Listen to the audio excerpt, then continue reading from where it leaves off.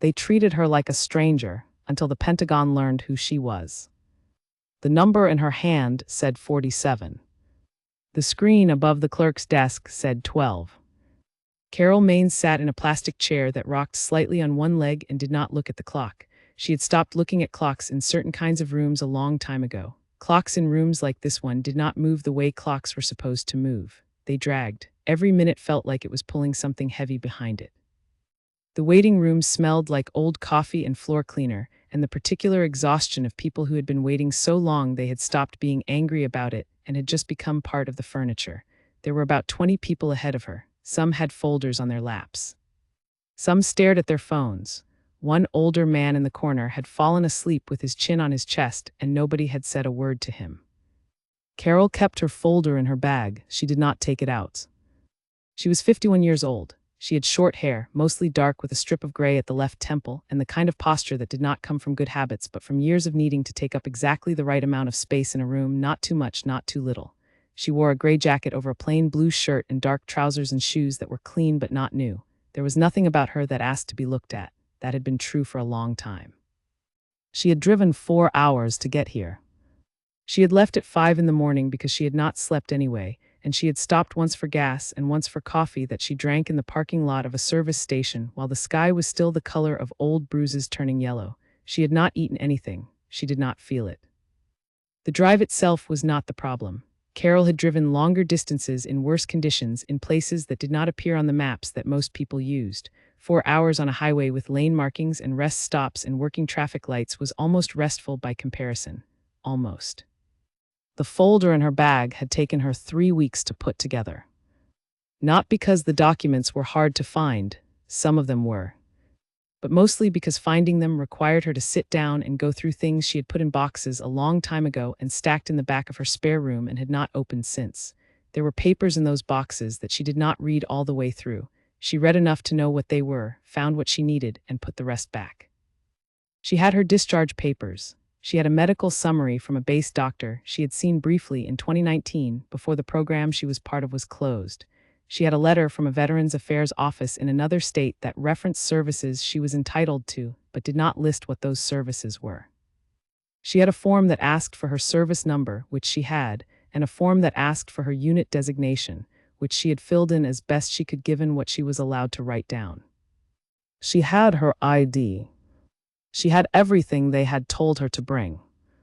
The screen changed to 13. The clerk behind the desk was a young man named, according to the laminated badge clipped to his shirt, Dennis. Dennis was probably 26. He had the look of someone who had taken this job because it was a job and had been here long enough to learn how to process faces without seeing them. He typed things. He asked questions in the same tone regardless of who was sitting across from him. He smiled occasionally in the way that people smile when they have been told that smiling makes people feel better, without the smile doing very much feeling itself. Carol did not blame Dennis. Dennis was not the problem. She watched him call number 14. A man in his 50s with a veteran's cap stood up, crossed the room, and sat down across from Dennis. Their conversation lasted 7 minutes. Carol counted without meaning to. It was an old habit. The screen changed again, 15. She shifted in the plastic chair, and it rocked slightly on its short leg, and she put her weight back to center it. A woman 2 seats down was bouncing a toddler on her knee. The toddler was not unhappy, just restless, just needing to move the way small children need to move when they are in rooms that were built for sitting still.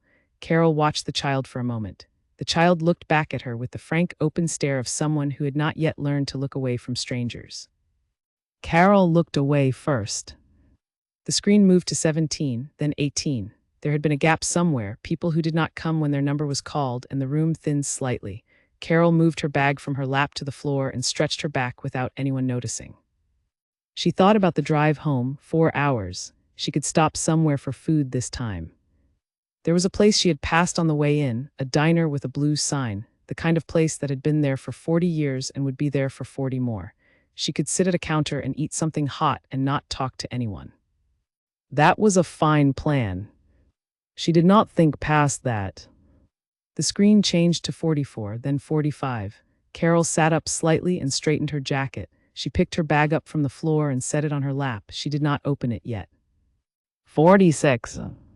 She stood when 47 appeared and crossed the room and sat down in the chair across from Dennis. He did not look up immediately. He finished typing something, clicked his mouse, and then looked up at her with the professional not quite smile. "Good morning," he said. "Name and service number." She gave them both. He typed, he waited. He frowned very slightly at his screen in the way people frown when something is not where it is supposed to be, not a concerned frown, just a minor adjustment of attention. "Date of discharge." She told him. He typed again, the frown stayed. "And the nature of your visit today." "I need to register for healthcare services," Carol said, "and I have a referral from a base physician for a specialist appointment that needs to be processed through this office." "Okay," he clicked something. "Can I see your discharge documentation?" She took the folder out of her bag and put the discharge papers on the desk. He looked at them, he picked them up. He looked at them more carefully, and then he looked at his screen, and then he looked at the papers again. "This is a day 214. "Yes. It's some of the fields here are redacted." "Yes," she said, "they are." He set the papers down. "I'm going to need a complete form with unit designation and service history. Our system can't process a file without those fields." "I understand that," Carol said. "The redactions are standard for my service category. I have a letter from the Veterans Affairs Office in Raleigh that explains the verification process for files like mine." She put the letter on the desk. Dennis read it. She could tell from his eyes that he was reading it the way people read things they do not entirely understand, looking for the part that told him what to do next. He did not find it. "I'm going to need to check with my supervisor," he said. "That's fine." He got up, he went to a glass-walled office at the back of the room where a woman sat behind a larger desk with more screens. Carol watched them talk. The supervisor, older, reading glasses on a chain around her neck, glanced out at Carol once, then back at Dennis. She said something. Dennis nodded. He came back. He sat down. "Ms. Maines," he said, and his voice had shifted slightly, not unkind, which was somehow the hardest thing. "I'm afraid we're not going to be able to process your registration today. Your file it's flagged as incomplete on our end. We'd need a complete service record before we can open a case. I can give you the number for the records office, and they can." "I have been trying to get a complete service record for 2 years," Carol said. "I understand that, and I'm sorry, but our hands are tied on this end without the documentation." She looked at him. He looked back. She reached across the desk and picked up her discharge papers and her letter and put them back in her folder. She put the folder in her bag. She stood up. "Can I give you a card with the records office number?" Dennis asked. "I have it," she said. She walked back across the waiting room. The toddler was still bouncing on the woman's knee. The old man in the corner was still asleep. The screen above the desk changed to 48. Someone stood up somewhere behind her. She pushed through the glass door and walked into the morning light. It was cold, sharper than it had been at 5 in the morning when she left. She stood on the pavement outside the entrance for a moment, not long, just long enough to adjust. A car moved through the parking lot. A bird crossed the sky in a straight line. Somewhere nearby, a truck was reversing, and its warning sound beeped steadily, patient, and mechanical. She reached into her jacket pocket. The folded number 47 was still there. She did not know why she had kept it. She had not decided to keep it. Her hand had just put it in her pocket the way hands do things when you are not watching them carefully. She looked at it once. Then she put it back. She found her truck in the third row of the parking lot where she had left it. She got in. She sat for a moment with her hands on the wheel and the engine off. Through the windshield, she could see the entrance to the building, the glass doors, the sign above them in official lettering. She had driven 4 hours. She started the engine. She did not take the highway back. She took the smaller road that ran parallel to it, through towns she did not know the names of, past fields and fences and the occasional cluster of buildings that called itself a town. She drove at a steady speed. She did not turn on the radio. She stopped at the Blue Diner. It was called something with the word home in it. She sat at the counter and ordered eggs and toast and coffee, and the man behind the counter brought it without asking her anything more than what she wanted. She ate all of it. She left a tip that was more than 10% because she always did.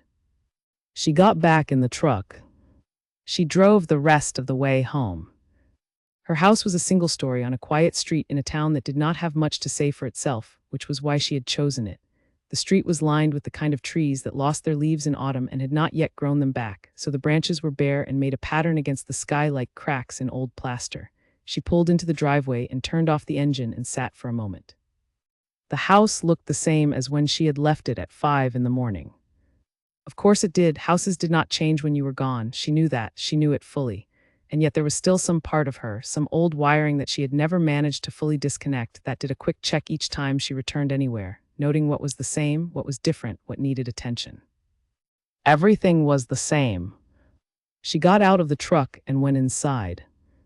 She hung up her jacket on the hook behind the door. She put her bag on the kitchen table. She filled a glass with water and drank half of it standing at the sink.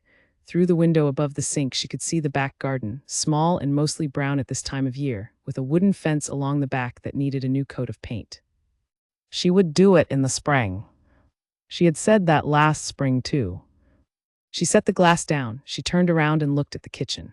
It was quiet. It was always quiet. She had lived alone for 11 years, which was not something she thought about very often because thinking about it did not change it, and she had made her peace with it the same way she had made her peace with a lot of things, not by resolving them, but by learning to move around them the way you learn to move around furniture in the dark. She knew the shape of her own silences. She was fine. She went to the spare room and stood in the doorway for a moment, looking at the boxes stacked against the wall. Some of them had been opened recently, the tape pulled back, the flaps pushed down rather than resealed. She had not bothered to tape them back up. There was no one to open them. She closed the door. She went to the living room and sat in the chair by the window that looked onto the street. A neighbor's cat was sitting on a fence post across the road, doing nothing, being a cat. A car passed. 2 children on bicycles followed it, half a street behind, talking to each other without looking where they were going, the way children do when they feel completely safe. Carol watched them until they turned the corner and were gone. She sat in the quiet. The file was incomplete. Her hands were tied. She had the number for the records office. She had called the records office 14 times in 2 years. She sat in the chair until the light through the window began to soften and go golden the way afternoon light does, and then she got up and went to the kitchen and made dinner, which was soup from a tin and bread she had bought 3 days ago. She ate it at the table. She washed the bowl. She put it away. She went to bed at 9:30 and lay in the dark for a while, and then, eventually, she slept. Tomorrow she would figure out the next step. She was good at next steps. She had built a career out of knowing what came next when everything that was supposed to come next had fallen apart. She had done it in places far harder than a VA waiting room with a clerk named Dennis and a form with redacted fields. She could do it here. She had to believe that. She did believe it. She turned onto her side and closed her eyes. The number 47 was still in her jacket pocket, hanging on the hook behind the front door. She had not thought about it since the parking lot, but it was there, folded once, small and white, waiting. She did not know yet what it was waiting for. Her name had not always been easy to carry. Not because it was a difficult name. Carol Maines was a name you could say in a single breath, a name that fit on forms and in conversations and did not make people ask how to spell it. It was a plain, useful name. She had been given it by a mother who believed in plain, useful things, and she had kept it through everything that followed, even when keeping it had required more paperwork than most people did in a lifetime. The difficulty was not the name. The difficulty was what you had to leave out when someone asked what the name belonged to. She had joined the Army at 22. That part was simple enough to say. People understood Army. People had a picture in their head for Army, a picture with uniforms and bases and drills and deployments, and she had done all of those things in the early years, and that part of her life fit neatly into the picture that people carried. But the early years were not the years that mattered. What mattered started when she was 28, in a windowless room on a base she was told not to name, in a conversation with 2 men whose rank she was told not to ask about and whose names she was never given. They had a folder on the table between them, and her name was on the tab of the folder, and they asked her a series of questions over the course of 2 hours. Questions about her language training, her field assessments, her psychological evaluations, her performance under specific conditions that most of her colleagues had never been tested in. She had answered every question directly and without hesitation. At the end of the 2 hours, one of the men closed the folder and said, "We have a program. The work is important. It will not be comfortable. You will not be able to talk about it. Not to family, not to friends, not to anyone without a clearance at a level above what you currently hold. If you accept, your official record will be amended to reflect a standard service profile. Your actual record will exist, but not where anyone without specific authorization can find it. She had asked one question, "What is the work?" He told her. She said yes. That yes had cost her, over the years, in ways that could not be itemized on a form. She had lost a relationship at 33 because she could not explain where she went or why, or what had happened to her when she came back different than she left. She had lost another at 38 for the same reason. She had stopped trying after that, not because she had given up on the idea of not being alone, but because she had done enough damage to enough people who deserved better than someone who came home carrying things she could not name in a room with another person in it. She had a brother in Portland whom she spoke to twice a year. He knew she had served. He did not know much more than that, and she had never asked him to.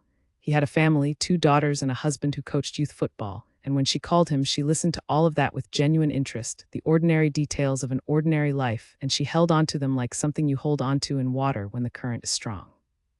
She had a neighbor, a retired teacher named June, who was 70 and brought her soup she did not ask for and noticed things she did not advertise, like the fact that she never put the trash out until the morning of collection, never in the evening before, and that she parked her truck at the very end of the driveway rather than close to the house, and that she kept her porch light off by default rather than on.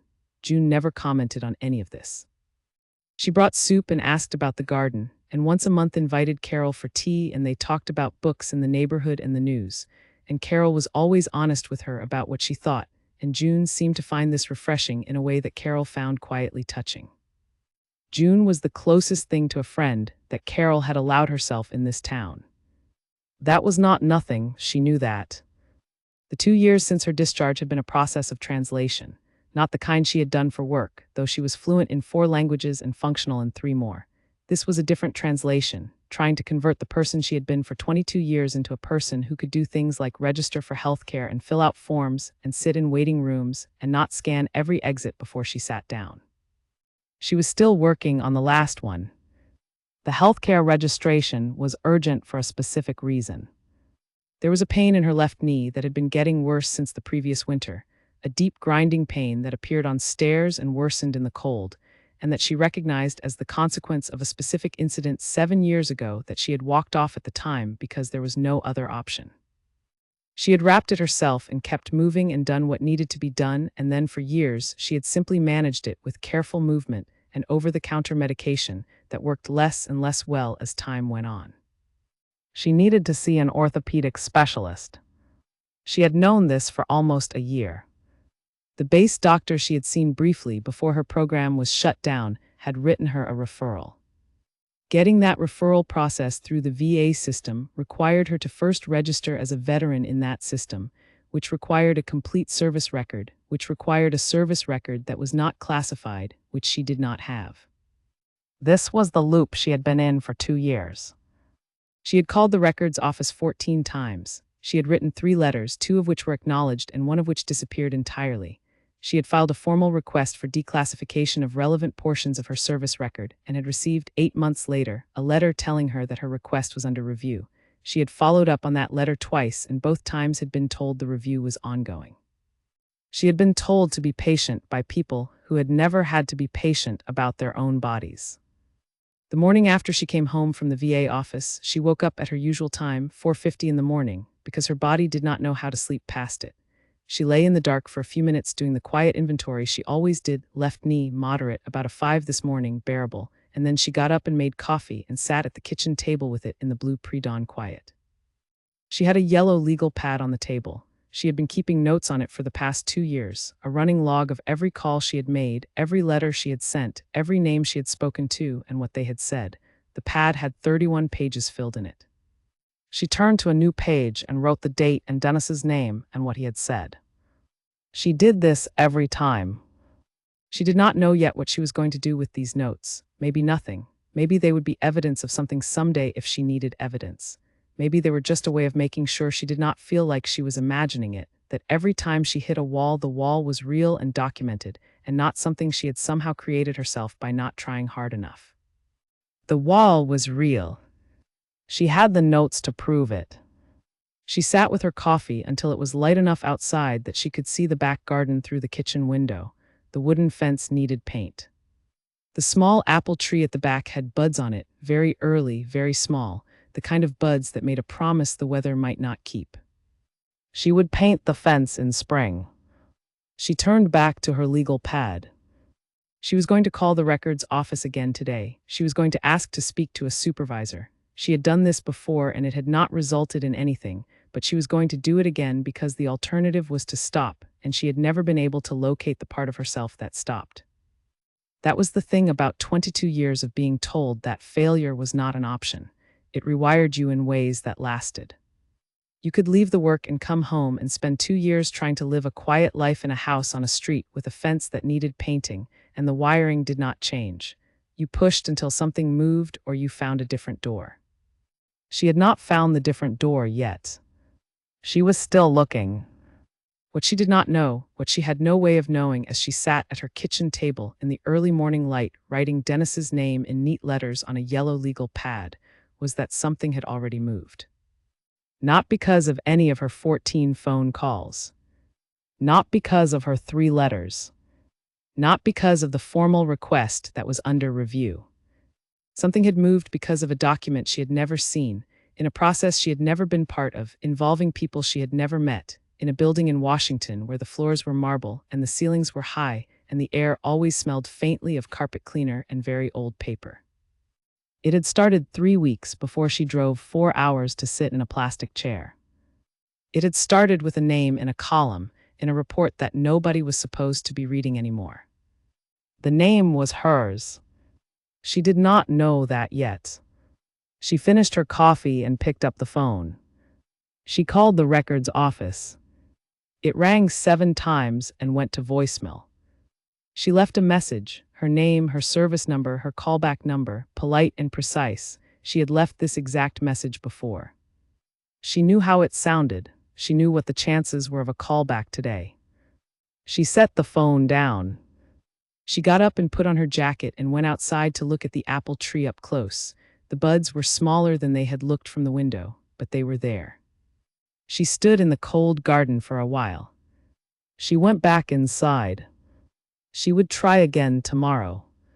She always tried again tomorrow. That was the only thing she had left that the system could not take from her, the decision to try again. Nobody could redact that. Nobody could put that in a box and stack it in a spare room and leave it sealed. It lived in her the way the 4:50 wake-up lived in her, the way the exit scanning lived in her, the way the careful posture and the parked at the end of the driveway lived in her. It was hers. She made a second cup of coffee. She waited for the phone to ring. It did not ring that day. But 3 days later, in an office on the 4th floor of a building with very long corridors and very few windows, a young man named Owen pulled up a cross-reference report on his computer screen and found something that made him stop typing. He read it twice. Then he picked up his desk phone and called his supervisor. He said, "I think you need to see this." His supervisor, a woman named Diane who had worked in that building for 19 years and who was not easily impressed by things she needed to see, came and stood behind him and looked at his screen. She was quiet for a long time. Then she pulled up a chair. The report was not supposed to exist in the form that Owen found it. That was not unusual. In a building where information was the primary currency, things appeared in unexpected forms all the time, cross-referenced documents that had been declassified in one department without knowledge that they referenced classified material in another, archived files that predated the digital systems they had been migrated into, and therefore existed with gaps and errors that nobody had ever gone back to correct. Owen's job, technically, was to identify and flag these inconsistencies. He had been doing it for 2 years. He found them regularly. Most of them were minor. This one was not minor. What Owen had found was a reference, one line, almost incidental, in a footnote of a Senate subcommittee report on personnel deployment practices to a specific operational designation that was still classified. The report itself had been declassified and published 18 months ago. The footnote had survived the declassification process because it referenced the designation only by a code number, and the person who had reviewed the report for declassification had not cross-referenced the code number against the current classified index. The code number pointed to a program. The program had records. Those records had names. One of the names, when Owen ran it against the VA system as part of his standard cross-referencing process, produced a flag that indicated the named individual had an open, unprocessed registration request with a VA office that had been stalled due to incomplete documentation. He read the flag. He read the name. He cross-referenced the name against the operational record attached to the code number. Then he stopped typing and called Diane. Diane read everything Owen had pulled up. She did not say much while she was reading. She had the quality of stillness that very experienced people in certain kinds of jobs develop over time, the ability to receive information without visibly reacting to it, to process before responding, to hold the weight of what something means without letting it land on her face. When she finished reading, she said, "How long has her VA registration been stalled?" Owen checked 2 years. Diane was quiet again, then, and she has an active referral in the system. Yes, orthopedic. It expired last month because the registration was never completed. Diane stood up. She went to her own office and closed the door. Owen watched her through the glass. She was on the phone. She was on it for a while. She wrote something on a notepad, looked at it, wrote something else. Owen turned back to his screen and kept his eyes there. He had learned quickly in this job that the right response to certain things you found was to find them, flag them, report them to the person above you, and then go back to your screen. What happened next was not his department. That was not dismissiveness. That was how the building worked. Everyone held their piece. Diane held a bigger piece than Owen. Someone above Diane held a bigger piece than her. The piece that Owen held was the name. He had held it correctly. He had passed it up. That was his job done. But he thought about it later that night, sitting in his apartment eating takeout with the television on. He thought about the name and the stalled registration and the expired referral and the 2 years and the flag in the system that had been sitting there for 2 years, waiting for someone to see it. He thought about how many flags there must be in that system, how many names, how many people waiting for something to move. He ate his takeout and watched his television and did not sleep particularly well. In the building with the marble floors and the high ceilings, Diane's call had reached someone whose name Owen did not know and would not know, which was fine because that was how the building worked. That person had made another call. That call had gone somewhere else. By the time it arrived where it needed to arrive, it had passed through 4 conversations and 2 branches of a system that did not usually talk to each other, and the person it finally reached had looked at what was being described and asked one question. The question was, is she the Carol Maines from the Langton program? The answer was yes. The person asking the question sat very still for a moment. Then they said, "Get me the regional director of the VA office where her registration is filed, tonight if possible." It was possible. In a modest house on a quiet street in a small town, Carol Maines was sitting on her back porch in the dark. She was not in crisis. She was not at an edge. She was doing what she sometimes did in the evenings when the walls of the house felt too close without feeling uncomfortable. She sat outside and listened. It was a habit from another life, this listening. In another context, it had been professional, a skill that kept her alive. Here it was simply what it was, a woman sitting in her own garden at night, taking stock of the sounds around her. A dog somewhere on the next street. Traffic from the main road 2 blocks over. A television from the upstairs window of the house behind hers, too muffled to make out words, just the rhythm of voices and occasional laughter. The particular silence that sat underneath all of it, the silence that was not really silence, but the absence of anything requiring attention. She was fine with silence. She had been fine with silence for a long time. The knee was a 4 tonight. Cooler weather had come in around mid-afternoon, and she had felt it sharpen when she walked to the end of the driveway to check the mail. She had taken 2 of the over-the-counter tablets that helped less and less, and they had taken the edge off enough that sitting was comfortable. The mail had been a bill and a catalog for gardening supplies she had not subscribed to, and a card from her brother with a photo of his younger daughter at a school play, dressed as a tree. She had put the photo on her refrigerator with a magnet. She had called her brother and left a voicemail telling him the tree costume was excellent and that the kid had clearly gotten his sense of style. It was a joke between them. Her brother had no sense of style. She sat on the porch and listened to the night. She was not thinking about the VA office. She had learned over 2 years not to think about it in the evenings. The evenings were for other things, for sitting and listening and the sounds of a neighborhood that did not know her history and did not need to. The VA office was a morning problem. She had enough morning left in her life to work on morning problems. Her phone was on the small table beside the porch chair. She had it there out of habit. She had not expected it to ring. It rang. She looked at the screen, unknown number. She let it ring. Unknown numbers at this hour were either misdials or things she did not need to answer. She had learned the difference between things that required her attention and things that merely announced themselves. The ringing stopped. Then the phone buzzed with a voicemail notification. She looked at that for a moment. Unknown numbers that left voicemails were a different category. She picked the phone up and played the voicemail. It was a man's voice, calm, measured, with the specific cadence of someone who was accustomed to being precise because precision was what their work required. He gave his name, which she did not recognize, and his title, which she did not fully process on the first listen. He said he was calling regarding her Veterans Affairs registration. He said there had been a development. He said he would appreciate a callback at her earliest convenience and that the matter was being treated as a priority. He left a direct number with an area code she recognized as Washington. He said, "Ms. Maines, we are sorry for the delay you've experienced. We would like to make it right." The message was 40 seconds long. She listened to it again. She listened to it a third time. Then she set the phone down on the table and sat very still for a while. The dog on the next street was still barking at something. The television behind her fence murmured on. The cool air sat against her skin in a way she noticed. Priority, he had said. Priority. She had been told to be patient. She had been told her file was incomplete. She had been told that hands were tied.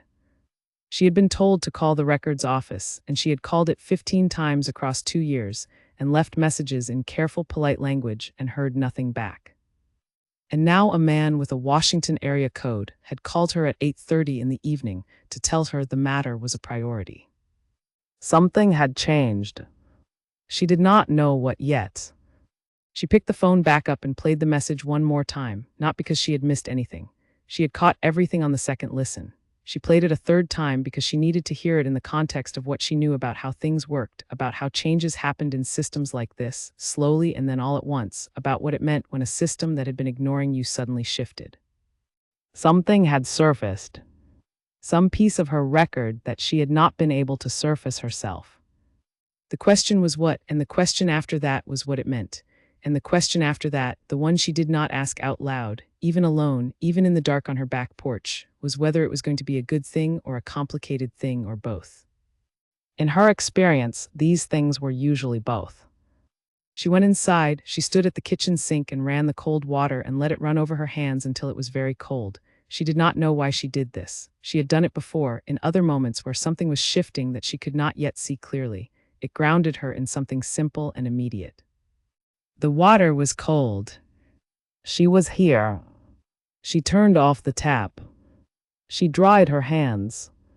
She was not going to call back tonight. The man had said at her earliest convenience, and it was 8:40 in the evening, and whatever this was, it would wait until morning. Things that had waited 2 years could wait until morning.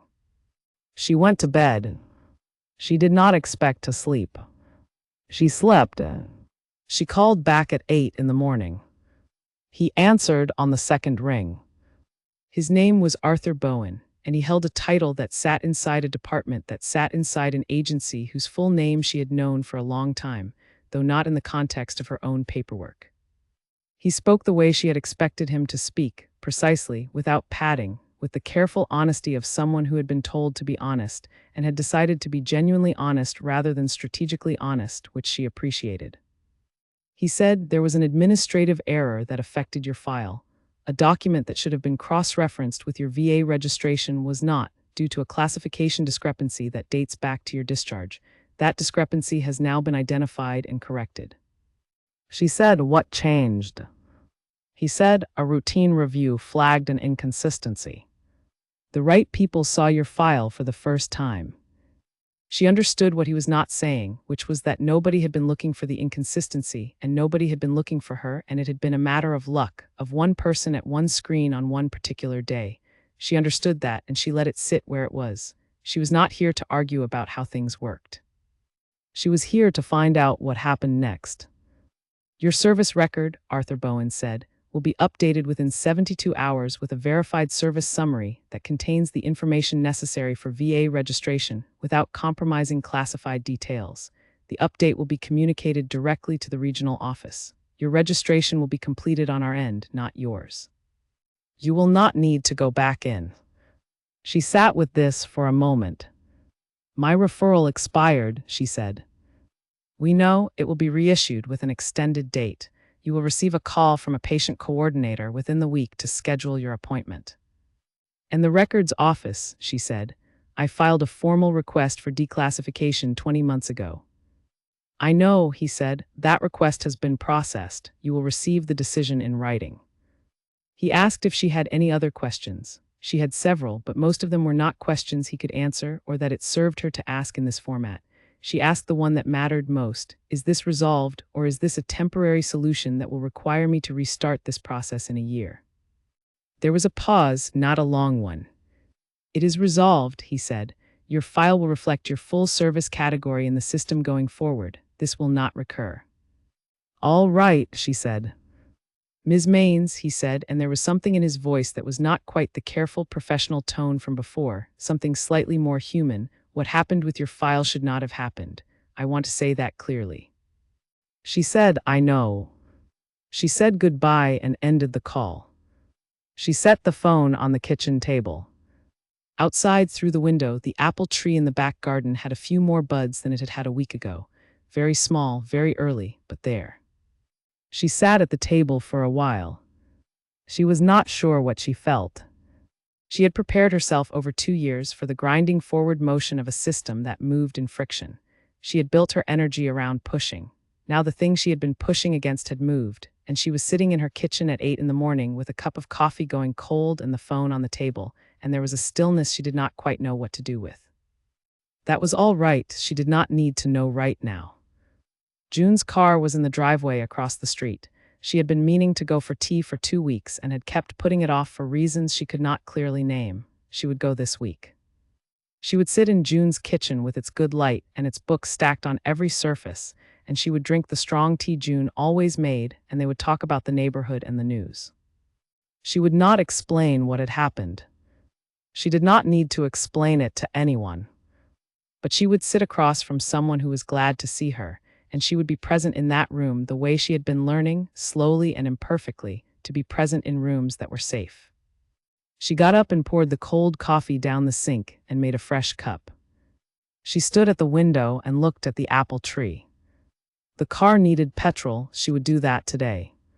She would stop at the supermarket and buy food for the week and come home and put it away and have a proper meal tonight, not soup from a tin, something she actually cooked.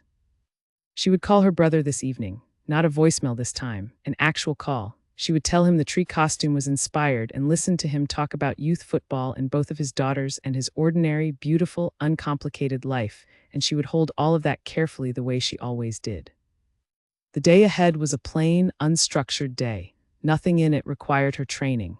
Nothing in it required her to be invisible or careful or prepared for something to go wrong. That was still new. She was still learning to live in plain, unstructured days without filling them with contingencies. She had not always managed it. Some mornings she still woke at 4:50 and lay in the dark cataloging exits that weren't there, preparing for things that were not coming.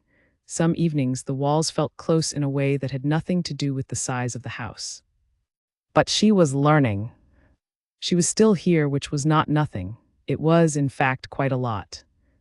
There would be a coordinator calling this week about the knee appointment. She would go. She would sit in a waiting room, probably, and fill out forms. But the forms would go somewhere this time. Her name would come up in a system and land where it was supposed to land, and someone would see it and do what they were supposed to do.